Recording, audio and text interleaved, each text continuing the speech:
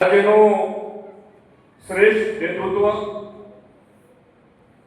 સમાજ જીવન વચ્ચે જેમણે નવી કેળીઓ કંડારીને ગુજરાતની અંદર એક નવી ઓળખ, નવી શાખ જેમણે પ્રસ્થાપિત કરી છે એવા રાજ્ય સરકારના પૂર્વ મંત્રી, ગઢડા વિધાનસભાના પૂર્વ ધારાસભ્ય આદરણીય આત્મારામભાઈ પરમાર સાહેબ, એવા જેમના નેતૃત્વની અંદર રોજ સોમવાર અને મંગળવારે ચા પીવાની તક મળે છે, જેમનું માર્ગદર્શન હંમેશા મને મળતું રહ્યું છે, એવા મારા વડીલ મુરબ્બી અને ગુજરાત પ્રદેશ અનુસૂચિત મોરચાના પ્રદેશના મહામંત્રી આદરણીય વિક્રમભાઈ, એવા મારા મિત્રો સર્વશ્રી મુકેશભાઈ બગડા, શાંતિલાલભાઈ પરમાર, જેમણે હમણાં સમાજ જીવનની અંદર કામ કરતા કરતા કેવી મુશ્કેલીઓ ઊભી થાય,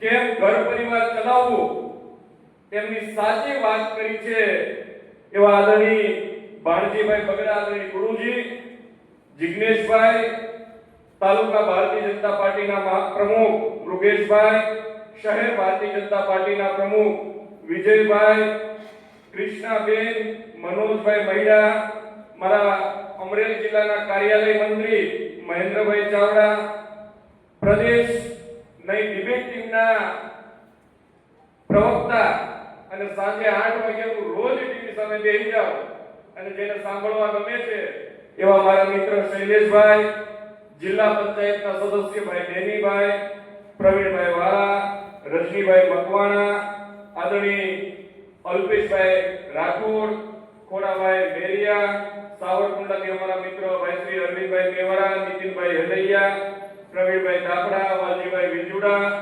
સદાબહાર મારા મિત્ર કે વાળા, રમેશભાઈ પરમાર સહિત અહીંયા મંચ ઉપર ઉપસ્થિત સન્માનની તમામ મહાનુભાવો, પૂજ્ય સંતો, અહીંયા ઉપસ્થિત ભાઈઓ, બહેનો અને માતાઓ, યુવાન દોસ્તો, અહીંયા ભાણજીભાઈ ખૂબ સારી વાત કરી છે.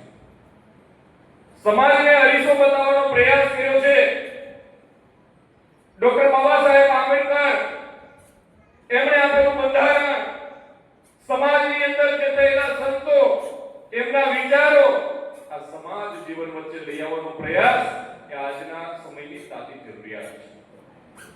દીકરાઓ દીકરી ભણે, સમાજની અંદર આગળ વધે, ચૂંટાયેલા જનપ્રતિનિધિઓ એ અંત્યોદયના ભાવ સાથે છેવાડાના માણસ સુધી પહોંચીને એ સમાજ જીવનની અંદર સેવાના માર્ગે આગળ વધે એ ભાવ સાથે અહીંથી પ્રેરણાઓ મળી રહી છે. હું નાનો તું મોટો, એ ખ્યાલ જગતનો ખોટો, તરસાને તો દરિયા કરતા લોટો લાગે મોટો. જેમને જરૂરિયાત છે, જેમને તમારી સેવાની જરૂરિયાત છે, જેમના માધ્યમથી તમે કંઈક કરી શકો એમ છો, એવા દરેક વ્યક્તિ સુધી પહોંચવાનો પ્રયાસ કરજો, દરેકને મળવાનો પ્રયાસ કરજો, દરેકને મુઠ્ઠી ઉછેરો માનસ બનાવવાનો પ્રયાસ કરજો. આજે ચૂંટાયેલા જનપ્રતિનિધિઓ પણ બેઠા છે.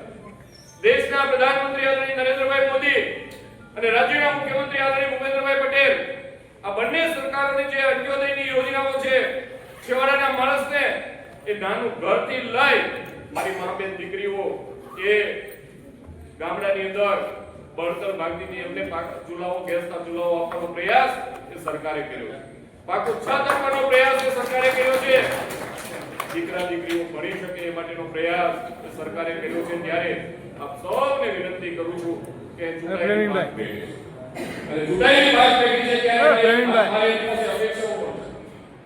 અપેક્ષા એ છે કે આત્મારામભાઈ જે બેઠા છે એ ગઢડા વિધાનસભાનું પ્રતિનિધિત્વ 6 વખત એમણે કર્યું છે.